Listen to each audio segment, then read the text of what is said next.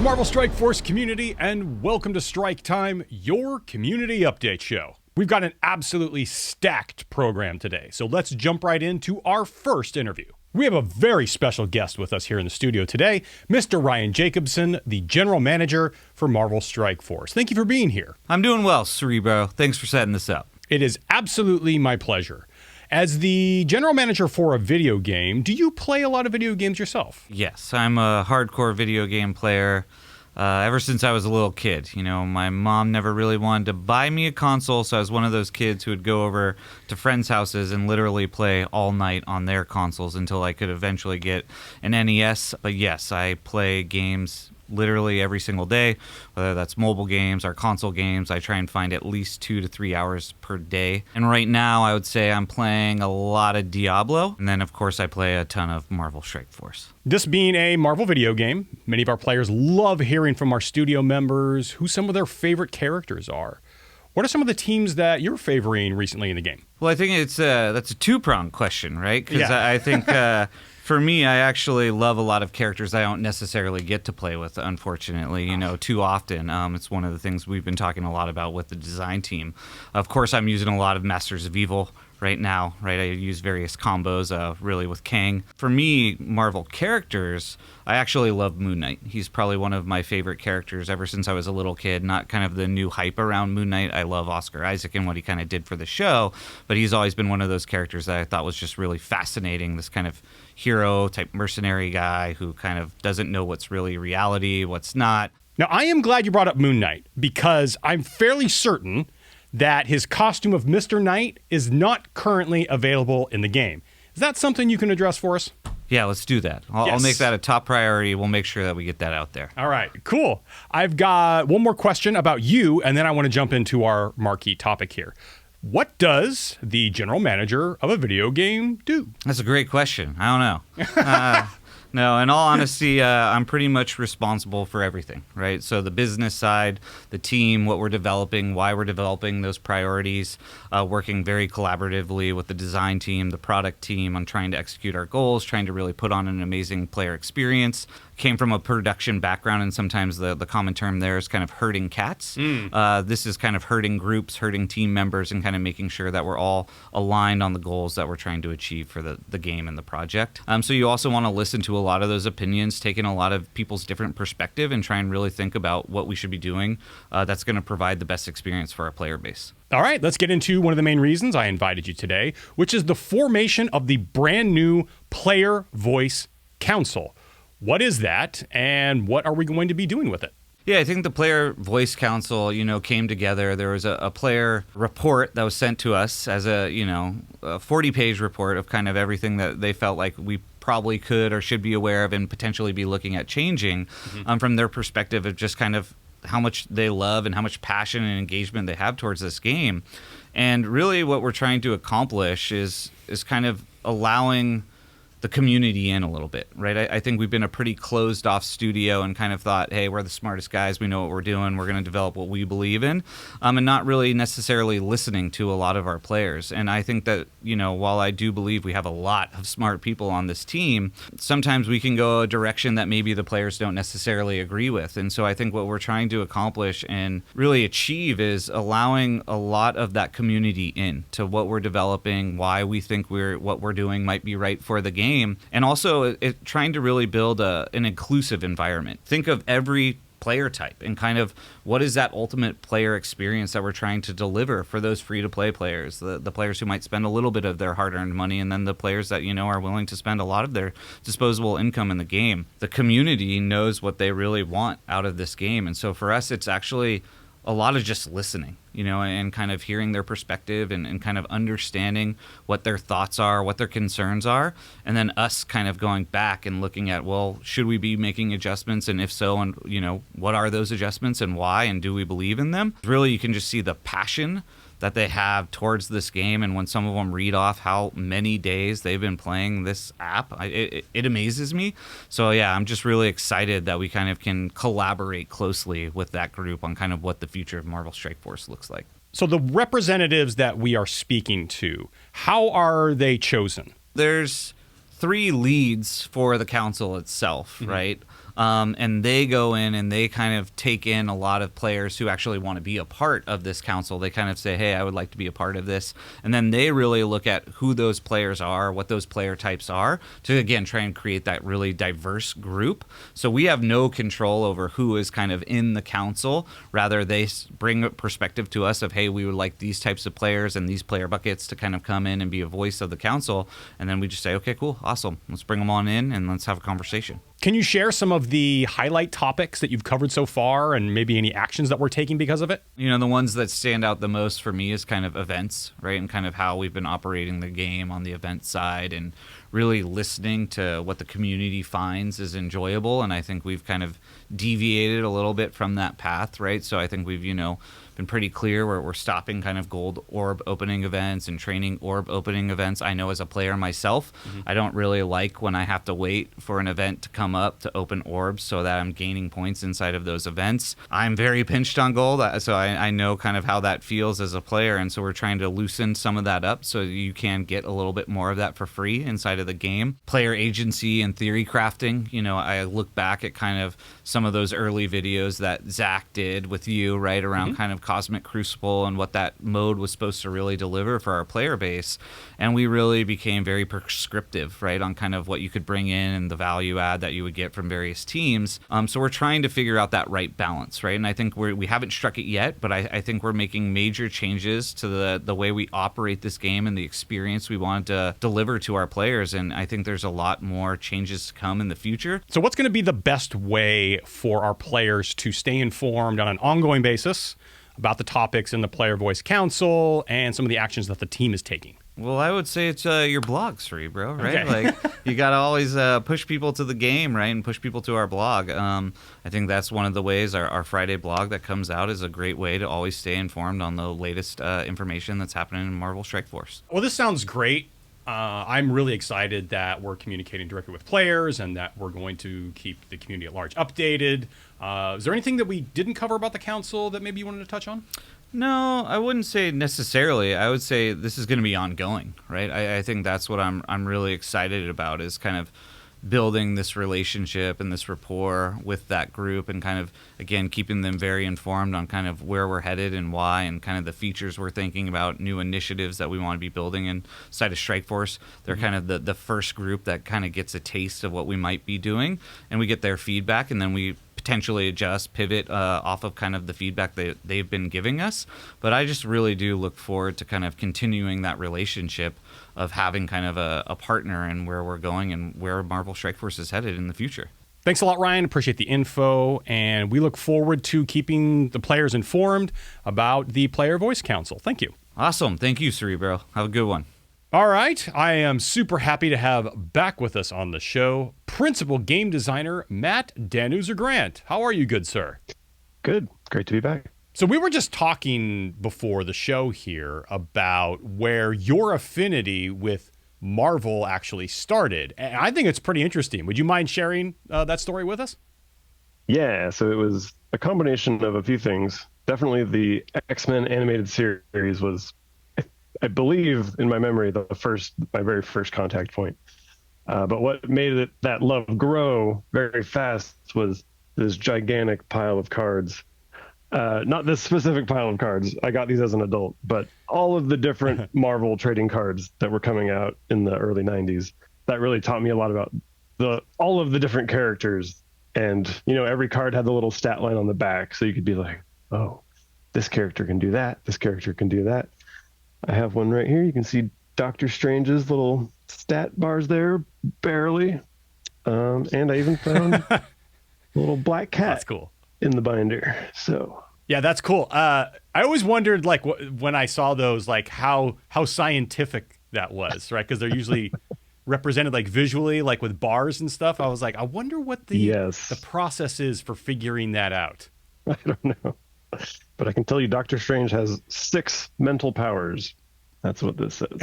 Wow. Well, it's interesting that you mentioned Black Cat, because we announced that character is coming to the game as part of a grander team, the Secret Defenders. If you could do us a solid and let us all know, who are the Secret Defenders?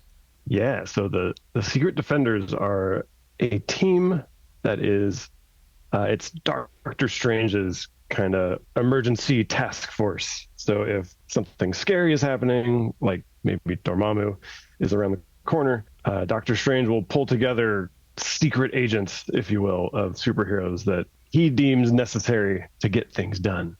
So in this iteration, he calls together Black Cat, Miss Marvel, Hardlight, Ghost Rider, Robbie Reyes, and Photon. So like this iteration, this is like the Strike Force version, right? Like usually when we bring characters in the game, well, sometimes put a little bit of a spin on it or, a slightly unique story. This is very much the MSF version of Secret Defenders, right? That's right. That's correct. But yeah, this is our take on the Secret Defenders in the lore of Strike Force at this current time in the story. I was just looking through my binder of cards and saw some really old teams that had the same names, but they were like totally different rosters. So it feels baked into the DNA. Well, that is quite an eclectic group. I think Doctor Strange is going to have his hands full. One of the characters, Ghost Rider Robbie, the Hellcharger vehicle that he's got, it looks amazing. Is that going to be part of the animations like some of the other vehicles in the game? Sure is. It's super cool. So we're usually testing these things before the art is ready. So I still remember the first day I was just testing in my own environment, and all of a sudden the car appeared, and it was glorious. Every time it shows up, you're very happy to see it just plowing through the enemy team. Credit to the art team on that one. Yeah, it's almost kind of like the unofficial sixth member, I feel like. I like to imagine that's how they drive around the world, the Secret Defenders. They all pile in like a clown car. All right, everybody. Pile into the Hellcharger. Exactly. All right, so the full kits are now there in their glory over on MarvelStrikeForce.com. So you can go over there and read the full details. We're not going to do that here. But if you could give us kind of a high-level description of the team and how they all synergize. Yeah, for sure. So the Secret Defenders are an Apex Arena team. So their intended place in the meta is that of a Darkhold or the Horsemen. So you'll be wanting them to continue your dominance in the arena. We do test them in many different modes, and I can tell you they're pretty good in war as well. All right, so arena meta right now, we're seeing a lot of Apocalypse and Horsemen. How is Secret Defenders going to fare against some of those other teams we're seeing at the top right now? Well, if I did my job right, you should win those matchups with full Secret Defenders. The arena meta is such that we want to encourage some amount of theory crafting. So I won't say flat out that the full 5 Secret Defenders are the absolute best, but you will definitely need a couple Secret Defenders mixed in with your arena teams if you want to win. So we've got Doctor Strange rework coming. He will get a little stat boost, as we usually do with these reworks. Also, his special ability will now deal damage because it looks like it should. So now it does. And he also gains some Secret Defender specific synergies, some arena callouts. Kamala Khan, Miss Marvel. She is pretty quick. She has a mechanic that lets her go first most of the time. And then she also, on her ultimate ability, has a taunt clear.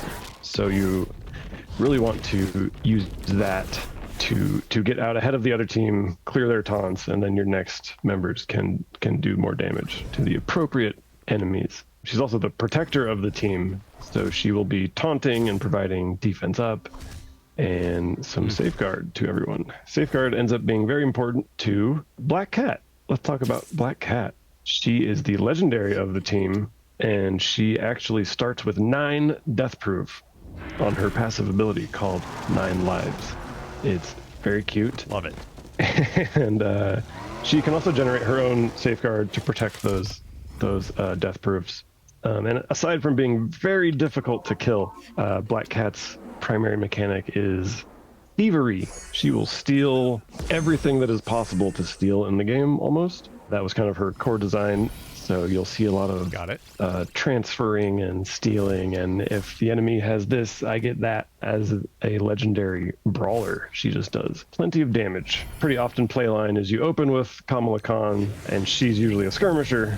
We'll talk more about ISOs later, but you get the skirmisher hit right off the bat, and then Black Cat follows up with a striker hit. And then we've got Robbie Reyes, Ghost Rider. He is a blaster on the team as he blasts through people with his sweet car. He applies a lot of bleeds, and whenever any enemy gains bleed, he gains some speed bar. So he's got some race car stuff going on. He does a ton of damage with the bleeds, and all of his attacks do some form of AoE. So even his basic does a little chain attack. He has a charge mechanic. Actually, every character has a charge mechanic. But Robbie's is when he has 5 charged, he does a attack all, which applies disrupted to the all enemies. And the way he gains charges is when his allies are attacked. So you're kind of on a timer. When you're facing him, you want to be very careful when you spring that disrupted trap. And last, there is Photon, who is kind of the master of light, and she has an AoE blind on her special. She generally does a bunch of damage, and very special about Photon is she's actually on 2 teams, which is a uncommon but very cool thing for her. So she is on the Secret Defenders, but she is also a 5th member for the A-Force team. That kind of splinters out into a whole other discussion that we can have later. In addition to being an awesome 5th member for your Secret Defenders team, once you start thinking about war, you can have a full 5 A-Force team as well. All right, so you mentioned that Photon is also has the A-Force trait, which means that if we're doing war attacks, that opens up a slot on the Secret Defenders team. So is that some potential for theory crafting there? Yeah, for sure. In war specifically, you may want to keep Photon with your Secret Defenders. Maybe you have a 5th you really like with A-Force. I know Doom has always been a popular choice there, but Doom's awesome. Maybe you want to move Doom around somewhere else. You can put Photon on A-Force, and then that leaves you with a 5th spot on your Secret Defenders team, which, since they are a new Apex team, maybe you want to put another Apex plug and play with them to really take down some big enemy teams. So for ISO 8, always have to say subjective, but in your testing, what are you personally favoring for ISO 8 classes for each of the Secret Defenders? Just start with Doctor Strange. He is now a pretty good healer, I feel. And the team overall, when you have Doctor Strange with them, does get a lot of use out of that healing. But he can also be a skirmisher, certainly, for just extra vulnerables. Miss Marvel, Hardlight, almost certainly want her as a skirmisher because she very often goes first, and you want to be placing that initial vulnerable strategically. But she also works as a fortifier because she has lots of barrier in her kit, so it helps kind of magnify that.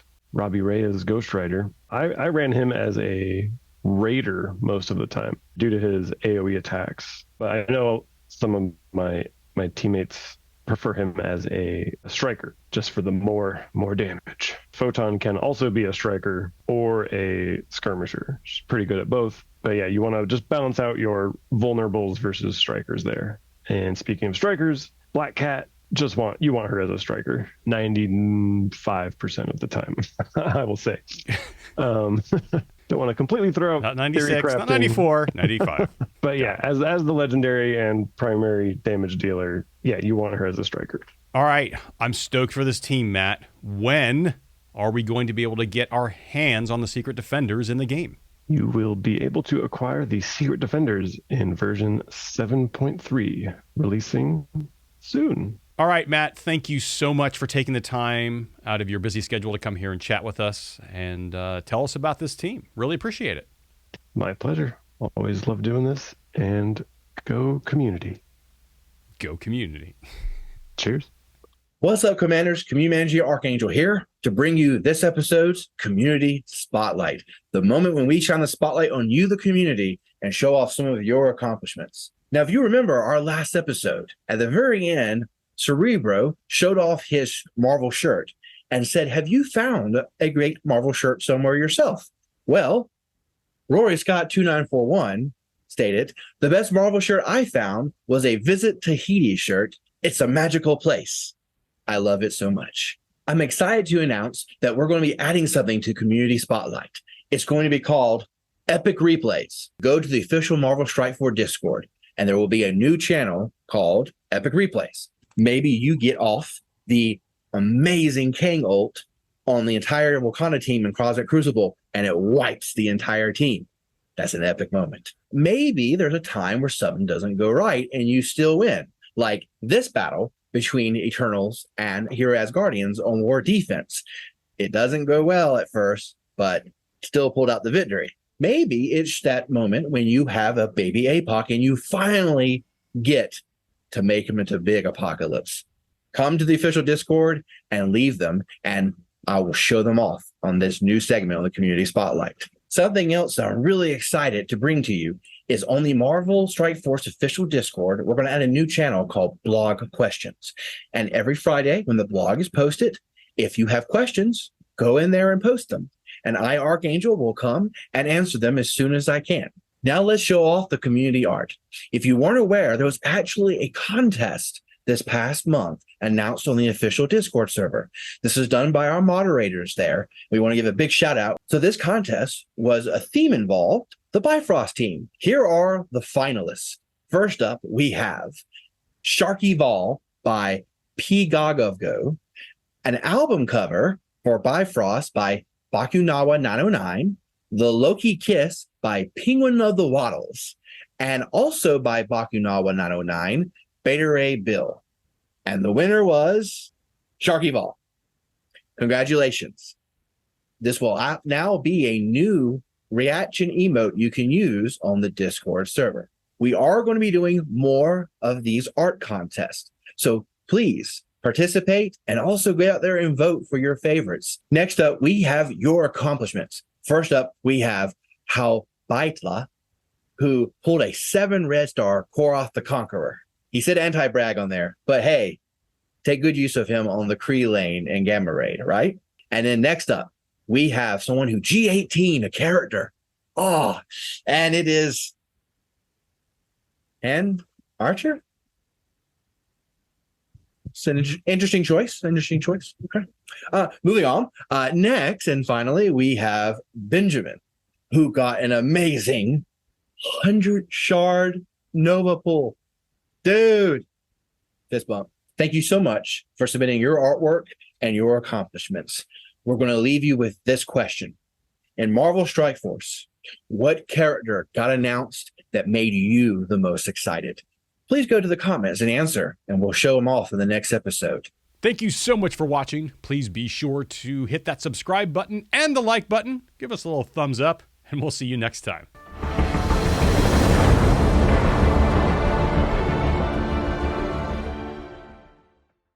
What's wrong with the crown? There are plenty of Marvel characters that have worn crowns.